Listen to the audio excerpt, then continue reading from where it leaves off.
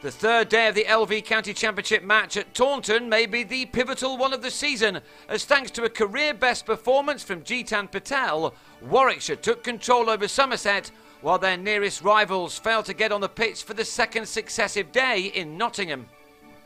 Warwickshire's first job here was to score 13 runs in 3 overs to add yet another batting bonus point, but before they could do that, they lost Jim Taunton, who hadn't added to his overnight 132 when he edged the second ball of the day behind. Keith Barker then smashed the boundary that brought up the 400 and maximum batting bonus points just in time, before Patel cut Alfonso Thomas to Nick Compton.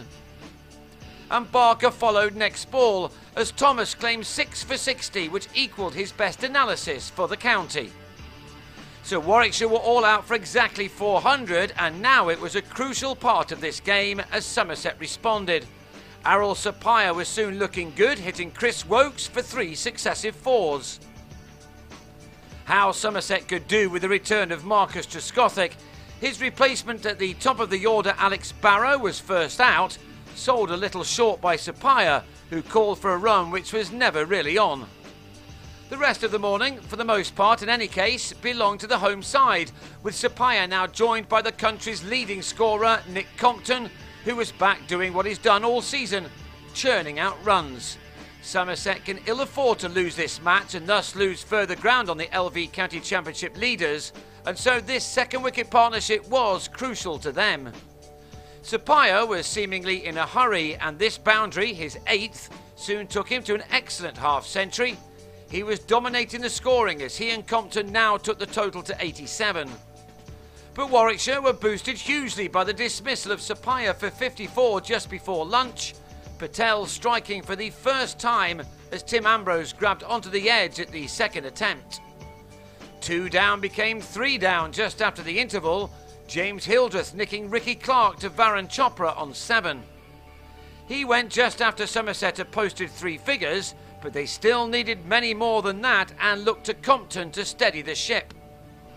With summer threatening at last in the West Country, it looked a good time to bat, and Craig Keyswetter took on all comers with some gorgeous cricket shots all around the wicket. He dealt mostly in boundaries as he raced to 44 at a run a ball, dominating a 4th wicket stand of 53 with Compton, who was very happy to play second fiddle. But Keyswetter's approach also cost him his wicket, as he flicked Patel to mid-wicket at 155 for 4. Somerset, in spite of that, still appeared well capable of getting somewhere near their opponent's total. Compton may have missed out on reaching 1,000 first-class runs before the end of May by just 1 day, but he still has his sights set on a huge number of runs by the end of this campaign. This glance off Chris Wright incredibly took him to the 50 mark for the 9th time in 14 championship innings this season. He'd needed 118 deliveries for this one.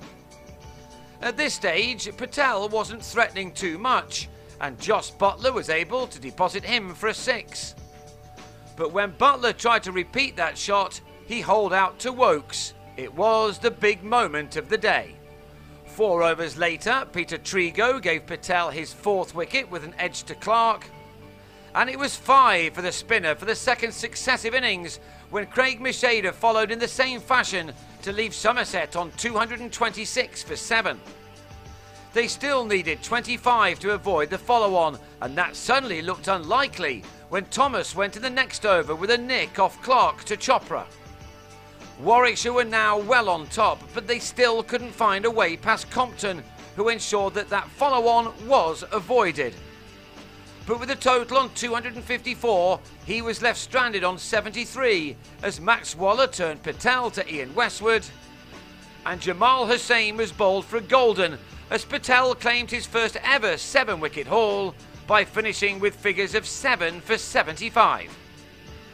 So Warwickshire had added maximum bowling points to their tally and now looked to become only the second team this season to earn 24 points from a single match. But their second innings began poorly, with Westwood LBW shouldering arms to Hussain. But Chopra was again batting smartly as he looked to increase his side's first innings advantage of 146.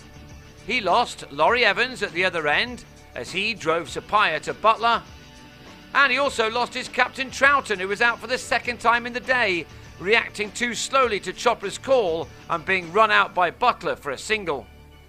The day still belonged to his side, however, and they go into the final one of this match on 66 for 3, leading by 212 runs, with Patel no doubt itching to get the ball back into his hands.